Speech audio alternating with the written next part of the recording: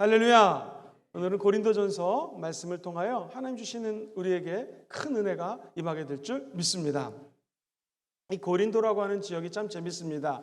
해협이 있듯이 고린도 교회가 위치했던 동네가 지협이라고 그래서요, 지정학적으로 아주 중요한 위치입니다. 오늘날도 세계 3대 운하가 있는데 그 중에 하나가 바로 이 고린도 운하예요. 고린도 운하에 수없이 많은 사람들이 몰려들기 시작했습니다. 특별히 1세기 때에, 즉 이 사도 바울이 글을 썼던 그 시기에 고린도 지역에는요, 퇴역한 군인들, 그 다음에 상인들, 그리고 하나님을 믿고자 고린도로 왔던 크리스찬들도 있었고, 고린도 지역에 이상한 종교들이 엄청나게 많았는데, 예를 들면 아프로디테 신전 유명하죠. 거기에는요, 종교에서 일을 하는 여자 창녀들이 있었습니다. 이른바 종교 창녀라 불리우는, 혹은 사제라 불리우는 여자들이, 이 남자들이 제사를 지낸다고 제물을 갖고 왔는데, 이게 엉뚱하게도 성적인 관계를 맺고자 제물을 갖고 와서 이 신전에서 성관계를 맺었던 것들이 기록이 되어 있습니다. 그러니 이 지역에는요, 아주 상업적으로도 요충지였고 종교적으로, 군사적으로, 지정학적으로 아주 중요한 위치였습니다. 이 사도 바울이 이곳에서 1년 6개월 동안 머물면서 선교했던 곳이기도 합니다. 우리가 잘 아는 우리 하나님의 사람들을 만나게 되었는데요, 우리 브리스길라와 아굴라라고 하는 위대한 하나님의 동역자들도 만났던 장소가 바로 이 고린도 지역이었어요. 그런데 에베소서에서 사도 바울이 사역을 하면서 고린도 교회에서 이상한 이야기가 들리기 시작합니다. 자, 어떤 얘기였을까요? 고린도전서 1장 11절을 보면은 그 당시 유명한 상인들이, 특별히 글로에라고 하는 상인이 여러 가지로 물건을 팔기 위해서 다니다가 에베소 지역에 있는 바울에게 이런 소식을 갖고 옵니다. 내 형제들아, 글로에 지편으로 너희에 대한 그 말이 내게 들렸는데 곧 너희 가운데 세상에 분쟁이 있다는 것입니다. 자, 화면을 잘 봐주시죠. 무슨 분쟁인가? 사람들이 교회 내에서 고린도 교회에서 싸웁니다. 나는 아볼로파야. 이 아볼로는 학문적으로 탁월한 영적 지도자거든요. 다만 성령의 강권적인 은혜를 체험하지 못했다가 나중에 안수받을 때 성령이 임했던 장면이 사도행전에 기록이 되어 있습니다. 자, 이 고린도란 지역이 지정학적으로 너무나 중요한, 위치적으로 너무너무 중요합니다. 그러니까 사람들도 많이 몰리고 그러다 보니 영적으로 혼탁했던 동네가 고린도라고 하는 지역입니다. 그런데 사도 바울이 에베소서에서 이 중요한, 너무너무나 중요한 교회를 세우고 왔는데 1년 6개월이나 머물렀던 곳인데 안 좋은 소리가 들립니다. 나는 이 아볼로파입니다. 학문적으로 탁월한 자입니다. 그러므로 지적으로 충만한, 하나님의 말씀으로 충만한 자들입니다 라고 1팀이 생겼어요. 두 번째 팀은요, 나는 게바파, 이른바 베드로파다. 베드로 얼마나 성령 충만합니까? 벌떡 일어나서 복음을 전하니까 3,000명이 예수 믿었던 위대한 설교자였습니다. 나는 베드로파입니다. 두 번째 B팀이 생겼습니다. A팀, B팀, 또 C팀은요, 나는 사도 바울파다. 왜? 그가 직접 이곳에 와서 1년 6개월 동안 복음 전했고 교회가 세워졌으니 나는 바울파다 라고 얘기를 합니다. 근데 너무 웃긴 것은 나는 그리스도파다, 예수파다. 너희들 제자들밖에 안 된다. 더구나 사도 바울은 예수님 계셨을 때 12사도에 들지 않았기 때문에, 아니 당신이 사도냐라고 하면서 분열이 되기 시작합니다. 이 주의 종이 제일 마음이 아플 때가 언젠가, 하나님의 성소가, 교회가 분열될 때 이 목사님의 마음들은 사실 찢어집니다. 그러니까 사도 바울 목사님도 마음이 찢어질 듯 아팠습니다. 그래서 12절에 보면 그때 현황을 이렇게 묘사하고 있죠. 내가 이것을 말하거니가 너희가 각각 이르되 나는 바울에게, 나는 아볼로에게, 나는 게바에게, 베드로입니다, 나는 그리스도에게 속한 자라라고 너희들이 얘기를 한다고 합니다. 이것은 뭐예요? 교회가 갈라지면서 풍지박산 위기 가운데 있다는 것을 사도 바울이 듣게 됩니다. 그래서 이 고린도 전서를 기록하게 됩니다. 그리고 고린도에서 보내온 헌금이 있었거든요. 그 연보에 대해서 너무나 감사합니다. 그리고 여러 가지 서신에 궁금한 내용들이 많이 담겨져 있었는데 제가 아는 한도에서 여러분들에게 서신에 답을 하기 원합니다 해서 쓴 글이 바로 이 고린도 전서입니다. 자, 고린도 교회의 문제가 뭐였다고요? 교회가 분열되기 시작합니다. 두 번째 문제는 뭐였을까요? 그 당시 고린도 사람처럼 행하다. 시작.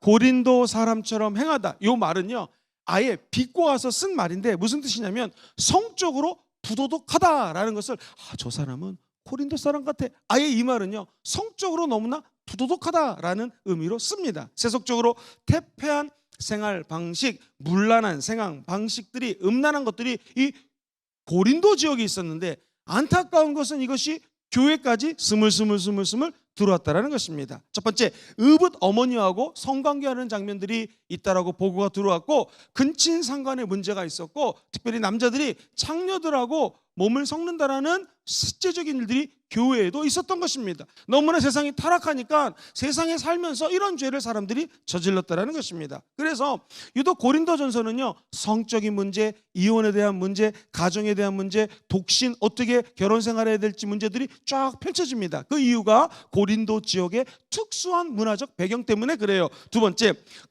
교우들끼리 분쟁이 생겼을 때 이게 교회 내에서 해결하지 못합니다. 오늘날 치면 목사님이나 장로님들이 가가지고 이렇게 하시면 안 됩니다, 권면하고, 두 번째 가서 권면하고, 그 다음에 성경에서는요, 교회에서 나가주십시오, 정중하게 교회에서 내쫓는데 이 문제가 해결이 안 돼요. 그랬을 때에 세상 법정에 가서 교우끼리 문제가 어떻게 해결되는지도 이 성경에는 기록이 되어 있고요.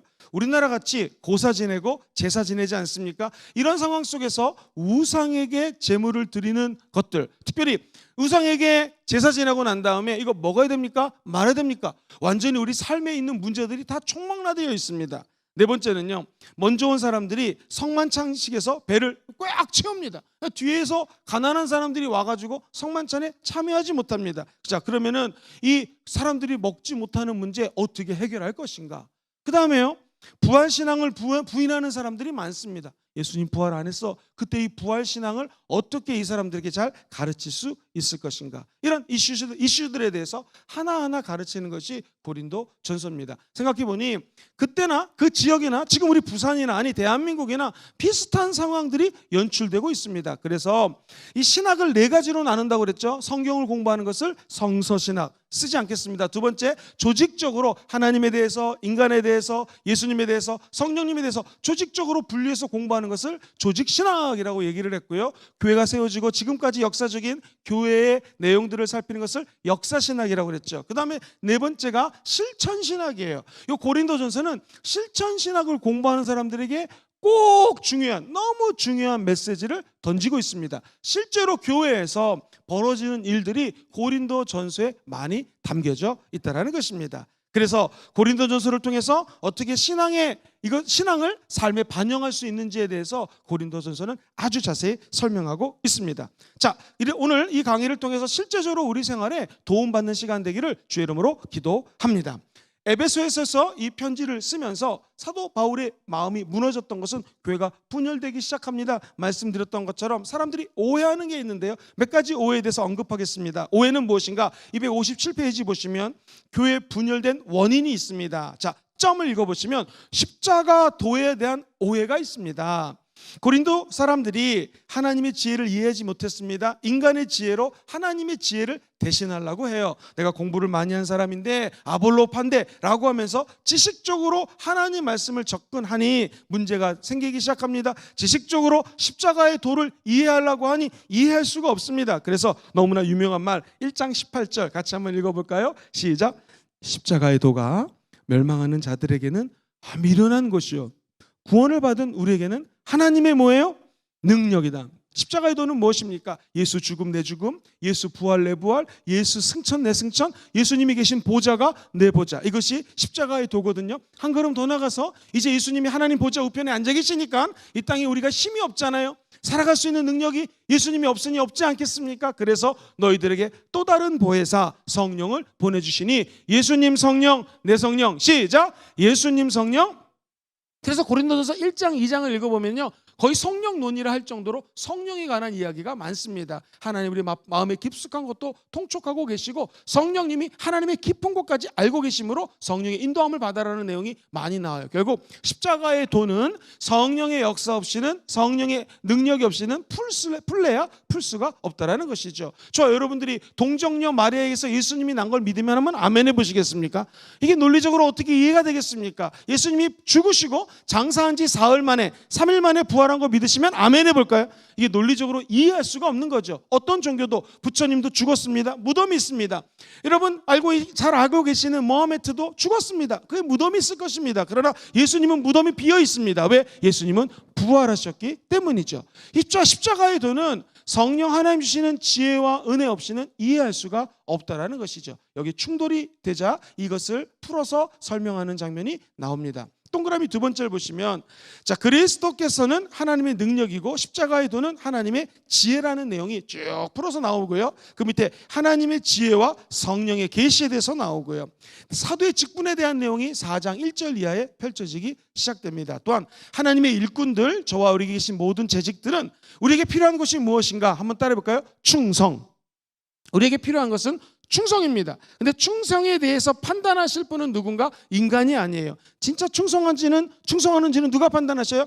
예수님이 판단하는 것이다 라고 하면서 교회에 와서 그 당시에 2000년 전에 충성한다고 하지만 오히려 문제를 야기시키는 사람들에게 진정한 충성은 당신이 판단할 것이 아니요, 누가 판단해야 된다? 예수님이 판단할 문제다라고 바울이 답을 제시합니다. 특별히 4장 16절에 보면은요, 오해할 수 있는 글이 나와요. 시작. 그러므로 내가 너에게 권하노니 너희는 나를 본받는 자가 되라. 자, 여기서 본받는 자라는 뭐라는 것은 뭐냐면 내가 이렇게 뛰어난 자다라는 게 아니에요. 4장 6절에 보면은 교만하지 말라라는 의미가 이 말씀에 담겨져 있어요. 4장 6절도 한번 읽어볼까요? 시작. 형제들아, 내가 너희를 위하여 이 일에 나와 아볼로를 들어서 본을 보이지 않았니? 그러니까 너희들도 나와 이러고 너희로 하여금 기록된 말씀 밖에서 넘어지지 말라 한 것을 우리한테 배워서 서로 대적하여 무슨 마음을 가지지 말라?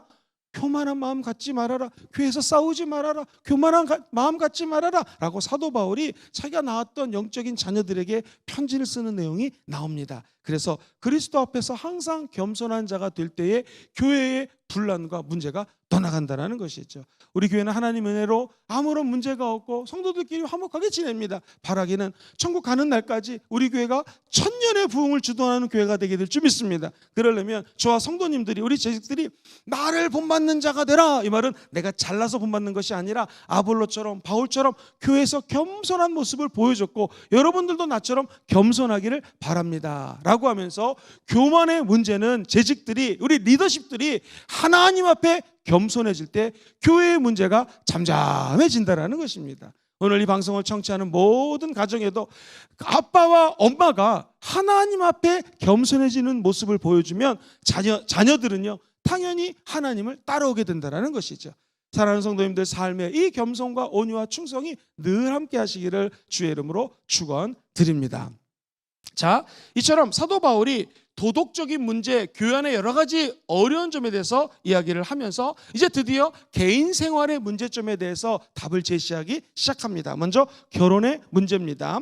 이 박스를 보시면은요, 결혼에 대한 질문들을 잘 정리해놨어요. 왼쪽에 있는 연두 색깔 첫 번째 칸 읽어볼까요? 시작. 그리스도인들은 결혼한 다음에 성적 생활을 금해야 됩니까? 부부로서 성적인 의무를 충실히 이행하라 라고 7장 3절은 이야기합니다. 그러지 않으면 남편은 그 아내에 대한 의무를 다하고 아내도 그 남편에게 그렇게 할지니라. 그러지 않으면 세상은 타락한 문화에 젖어줄 수 있기 때문에 부부가 주님 안에서 사랑을 나누는 것은 너무너무나 행복하고 좋은 것이다 라고 얘기를 합니다. 그런데 궁금한 게 생겨요. 바울은 결혼 안 했거든요. 반드시 결혼해야 됩니까? 결혼 안 하는 것이 좋다. 7장 8절에 보면은요, 그러나 내가 결혼하지 아니한 자들과 과부들에게 이르노니 나와 같이 그냥 지내는 것, 즉 결혼 안 하는 게 좋다. 그러나 독신은 성생활을 하지 않고도 살 수 있는 독신의 은사가 있는 사람들에게 하나며 성적 욕구를 이길 수 없다면 어떻게 해라? 결혼해라. 7장 9절 시작. 만일 절세할 수 없거든 결혼하라. 정욕이 불같이 타는 것보다 결혼하는 것이 오히려 더 낫다. 즉 결혼해서 두 사람이 하나님을 바라볼 수 있다면 결혼하는 게 맞다라는 것입니다. 자, 사랑하는 성도님들, 이 고린도라고 하는 특수 지역을 말씀드렸죠. 상공업이 발달되고 돈이 몰려들고 그리고 심지어 돈 조금만 있으면 얼마든지 성을 살 수 있는 분위기였기 때문에 사람들이 결혼하지 않고 순수한 하나님 안에서 가정을 이루지 않으면 음란하고 타락한 세상 문화에 그냥 빠져갈 수 있기 때문에 결혼하는 것이 오히려 좋다라고 이야기를 합니다. 오늘날 사회도 아마 마찬가지일 것입니다. 그러면 결혼을 했습니다. 이혼할 수 있겠습니까? 이혼하면 안 됩니다. 이혼하지 말라 10절에 얘기합니다. 결혼한 자들에게 내가 명하노니, 명령이에요. 명령하는 것은 나 바울이 아니라 누가 명령해요? 주님인데 여자는 남편에게서 갈라서지 말고 라고 하면서 이혼하지 말 것을 이야기합니다. 그런데 이 문제가 있어요. 예수님을 믿지 않는 배우자가 있는데 믿지 않는 사람이 계속 핍박을 하고 갈라서자 무리하게 막 못 산다 하면은 15절에 보니까 그런 경우는 이혼해도 괜찮다. 믿지 않는 자가 갈리거든 갈리게 하라. 형제나 자매나 이런 일에 구애될 것이 없느니라. 그러나 하나님은 화평 중에 너희를 불렀다. 될 수 있거든. 가정생활을 하는데 화평할 수 있도록 노력을 해라. 여기에 대한 이화들은 무지 많을 것입니다. 믿지 않는 남편에게 우리 믿는 아내들이 얼마나 힘들게 복음 전했습니까? 그래서 남편들이 믿게 되고 나중에 교회 장로님들, 안수 집사님들 된 케이스가 너무나 많지 않습니까? 될 수 있으면 화평케 남편에게 또는 믿지 않는 사람들에게 복음을 증거하라라고 사도 바울은 이야기합니다. 자, 그렇다면 처녀가 있는데 처녀도 결혼한다고 됐는데 이 과부 있지 않겠습니까? 어떻게 해야 될까요?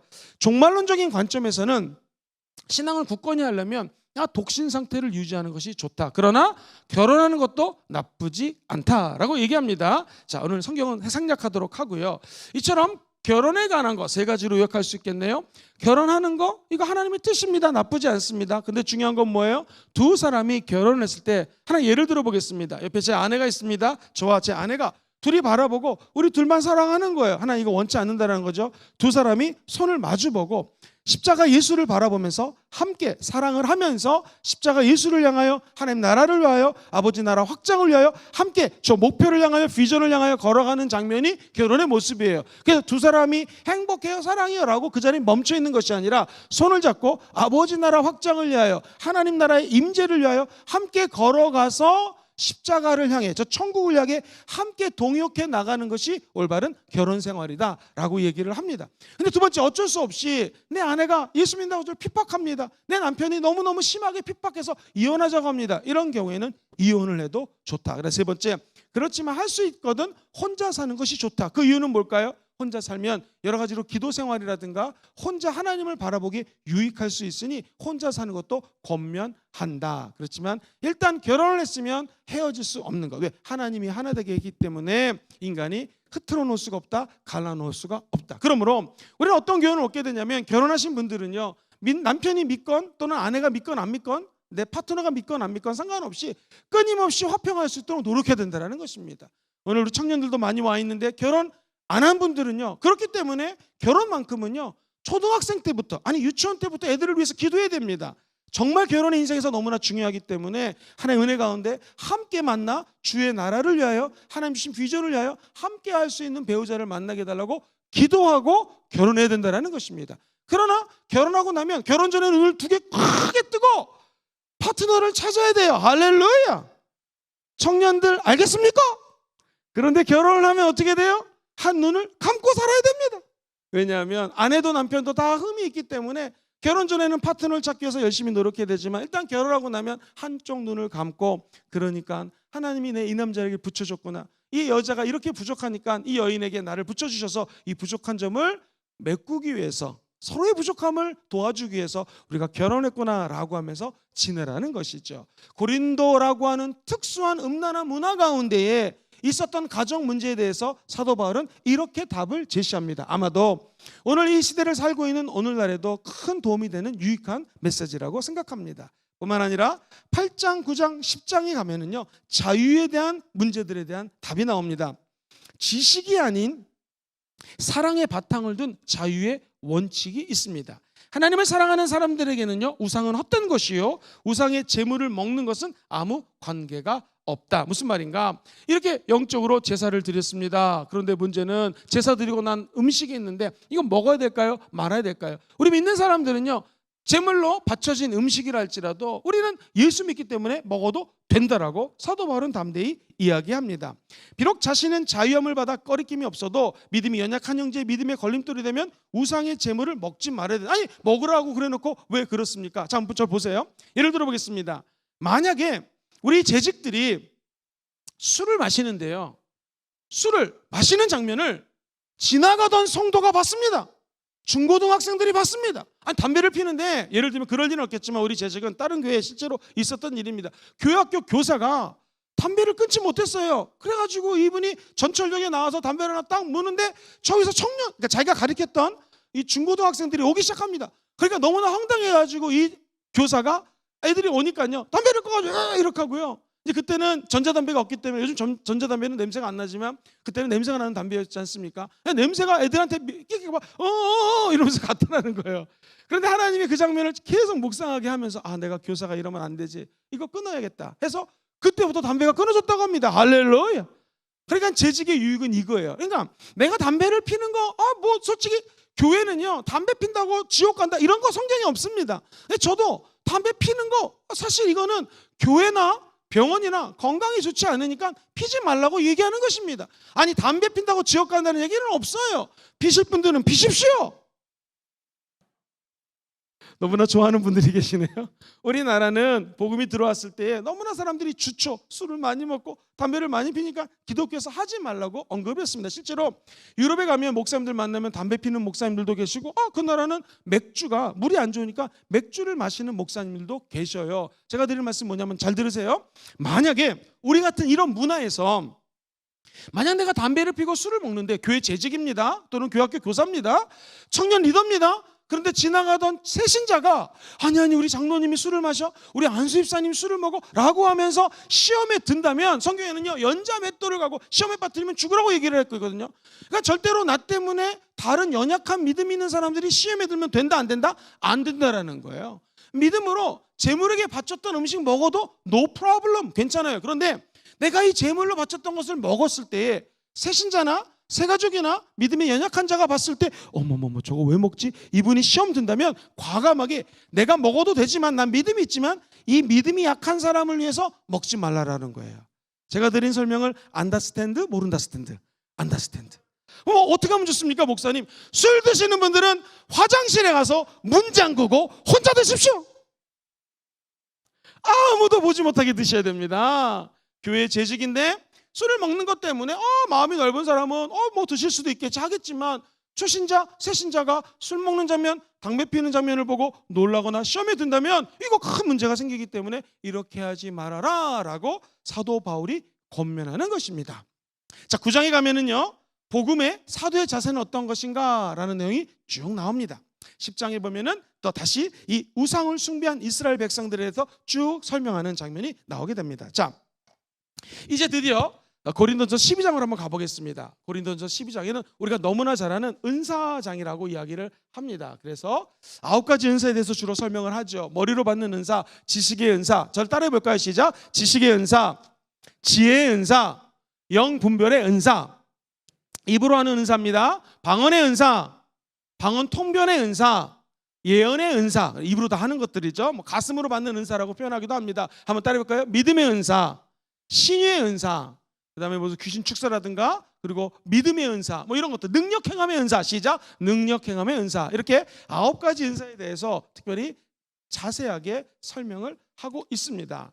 13장에 가면은요 우리가 너무나 잘 아는 얘기가 나오는데 13장으로 넘어가면서 주목해야 될 것이, 영어를 써서 죄송한데 영어 성경에 보면요 내가 가장 좋은 길을 너에게 보이려니 I'm gonna show the most excellent way라고 적혀져 있거든요. 내가 너에게 most 가장 excellent한 길을 보여주겠다라고 하면서 은사랑 상관없이 성령의 열매 중에서 사랑에 대해서 언급을 합니다. 그래서 내가 방언을 말한다 할지라도 또는 산을 옮길 만한 믿음이 있다 할지라도 나에게 큰 비전 있고 소망이 있다 할지라도 뭐가 없으면, 사랑이 없으면 울리는 꽹과리에 지나지 않는다라고 얘기하면서 우리가 너무나 잘 아는 말 있죠. 사랑은 언제나 오래 참고 라고 하는 그 노래 가사가 쭉 나오게 됩니다. 그래서 고린도전서 13장을 우리가 사랑장이라고 표현을 합니다. 그러면서 13장 마지막 절은 이렇게 이야기를 합니다. 그러므로 따라해보세요. 믿음, 소망, 사랑 이 세 가지는 항상 있을지언데 질문 드리겠습니다. 그 중에 제일은 사랑이다 라고 하면서 아예 사랑으로 시작해서 사랑으로 마무리를 합니다. 자, 14장에 보면은 다시 방언과 예언에 대해서 언급을 합니다. 이것도 성령의 은사이죠. 은사가 나타납니다. 방언은 사람들에게 하는 것이 아니라 하나님께 직접 하는 것이기 때문에 사람들도 못 알아들어요. 귀신들도 못 알아들어요. 사람들뿐만 아니라 천사들도 못 알아들어요. 근데 방언은 누가 알아들어요? 하나님으로 직접 대화하는 거기 때문에 방언기도 많이 하시게 되기를 주의 이름으로 축원드립니다. 그리고 사도 바울이 얘기를 하기를 나는 너희들보다 방언을 많이 함으로 감사한다. 아마 이랬을 것 같아요. 예를 들면 우리 금정구에서 사도 바울이 복음을 전합니다. 남산동 일대에서 복음을 전파하다가 구소동으로 넘어갔습니다. 그러면 그분은 저 구소동까지 내려가면서 아마 방언 기도했을 것입니다. 랄랄랄라. 그러다 이제 온천동으로 갑니다. 온천동 가면서 방언 기도했을 것입니다. 사도 바울은 하나님 앞에 방언 기도를 많이 함을 감사했고요. 그리고 이사야에서 보면은 방언은 우리의 마음을 상쾌한다고 얘기했습니다. 여러분 진짜 농담이 아니라요. 어떤 결정 내리기 전에는 방언 기도하셔야 됩니다. 그리고 방언 기도를 많이 하고 특별히 큰일 있을 때 사업하시는 분들은 계약하기 전에 또는 어떤 비즈니스 중요한 파트너를 만날 때 방언기도 많이 하셔야 됩니다. 그럼 영이 맑아지고요, 상쾌해지고요. 따라해보세요. 신비한 분별력. 신기한 분별력이 생겨요. 그래서 이 사람이랑 사업을 해야 될지 말아야 될지, 이 일을 해야 될지 말아야 될지, 또는 이 목회자 같은 경우에는요, 이분에게 전화를 해야 될지 말지, 어떻게 기도를 해야 될지 이런 것들이 신비하게 생겨요. 특별히 오늘은 다음 주에는 뭘 설교할까요? 방언기도 많이 하면 하나님이 설교 주제, 심지어는 본문까지도 말씀해 주실 때가 참 많이 있습니다. 그러면 그럴 때는요, 설교를 하면 꼭 예배가 끝나고 주일 예배가 마치고 꼭 연락이 온다거나 카톡에서 목사님 오늘 이런 문제가 있었는데 말씀을 통해서 해결을 받았습니다. 감사합니다. 이런 짧은 메시지를 많이 받아요. 제가 느끼는 게 이 목사들은 방언기도 많이 하겠구나. 설교 준비할 때 얼마든지 지적으로 할 수 있잖아요. 그 계획 짜서 할 수 있잖아요. 그런데 더 중요한 게 무엇인가? 성령의 인도함을 받는 것이죠. 신기한 것은요, 방언을 하면 하나님이 인도해 주십니다. 이 목회뿐만 아니라 학생들도 그렇고 방언기도 많이 하시기를 주의 이름으로 축복합니다. 제일 좋은 것은 아침에 1시간만 일찍 일어나고 방언기도 하면 너무 좋습니다. 제가 우리 교회에 있었던 일 얘기해 드릴게요. 한 우리 교회의 여자 권사님이신데 아침마다 일어나면 1시간 동안 방언기도 하세요. 뭘 위해서? 딸들하고 자녀들을 위해서. 근데 이 딸이 은행에 이제 취업해서 다니는데, 여러분 여자분들이 특별히 뭐 은행까지 얘기해서 죄송합니다만 이 농협이, 그죠? 우리가 아는 것처럼 이 부산 지역에 60개 그룹이 있는데, 자 여기서 지점장 올라가는 거 하늘의 별따기입니다. 특별히 여자분들이 올라가는 게 우리 경상도권에서는 더 어려워요. 그런데 이 여자 집사님이 우리 교회 출석하시는 성도님인데 하나님의 은혜로 이렇게 피해 가지고 지점장이 된 거예요. 더 놀라운 것은 그 지점이 꼴등이었는데 이번에 지점장 되시고 그 지점이 세상에 1등을 한 거예요. 할렐루야. 그래서 놀라운 것은 새로운 그 손님이 와가지고 좋은 계약을 했기 때문에 내년에도 또 1등을 할 것 같다라는 거예요. 이게 어떻게 된 일입니까 도대체? 그것은요, 엄마의 기도가 딸을 그렇게 인도함 받게 하는 거예요.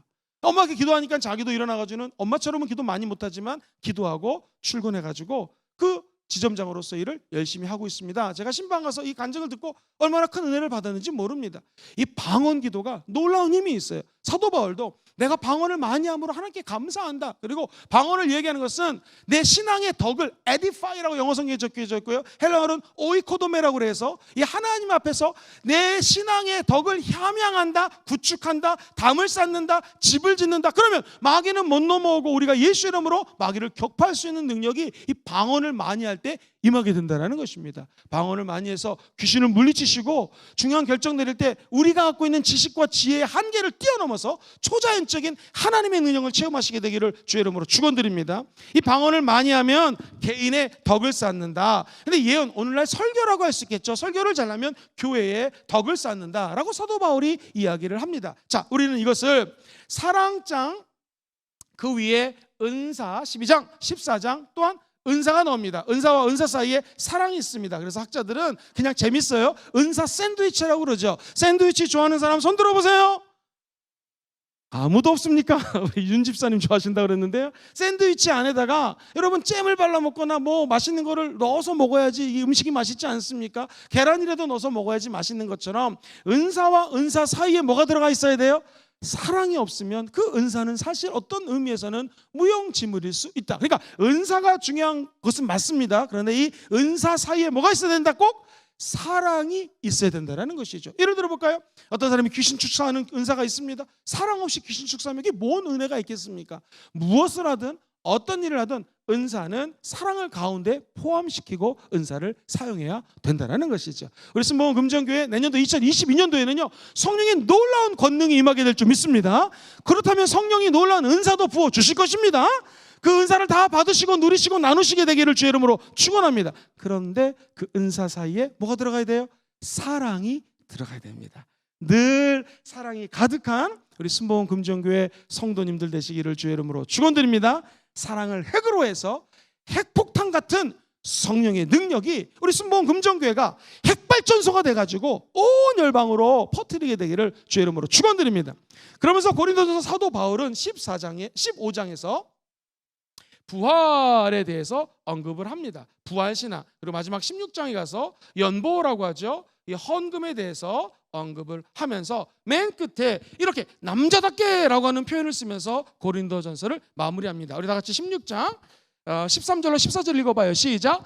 깨어 믿음에 굳게 서서 남자답게 강건하라. 너희 모든 일을 사랑으로 행하라. 할렐루야. 깨어 믿음 안에 서 있어라. 근데 여기서 보면 서 있다는 것은요, 영어 성경에는 대부분 stand firm이라고 그랬는데 여기에도 적혀져 있고요. 에베소 6장 12절에 너희는 서서 전신갑주를 입어라. 갈라디아서 5장 1절에 너는 서서 다시는 종의 멍에를 매지 마라. 선다라는 건 뭐예요? 긴장하라는 거예요. 그래서 우리 여자 성도님들 기분 나쁘시면 안 돼요. 남자답게, 이 말은 전투에 당시 남자들이 참전했기 때문에 남자들은 전투에 나갈 때 서서 긴장해서 싸우는 것처럼 하나님의 말씀으로 무장을 해가지고 영적 전신갑주를 입고 이 마지막 때 승리하라는 사도 바울의 권면입니다. 우리 계신 모든 분들도 제가 사도 바울과 같은 마음으로 한번 읽어드리겠습니다. 여러분, 깨어나십시오. 믿음에 굳건하게 서십시오. 그리고 우리 영적인 군인처럼 강건하십시오. 근데 중요한 건 모든 일을 사랑으로 행하라. 시작. 모든 일을 사랑으로 행하라. 이 은사 가운데 사랑의 열매가 늘 가득하시기를 주님의 이름으로 축원드립니다.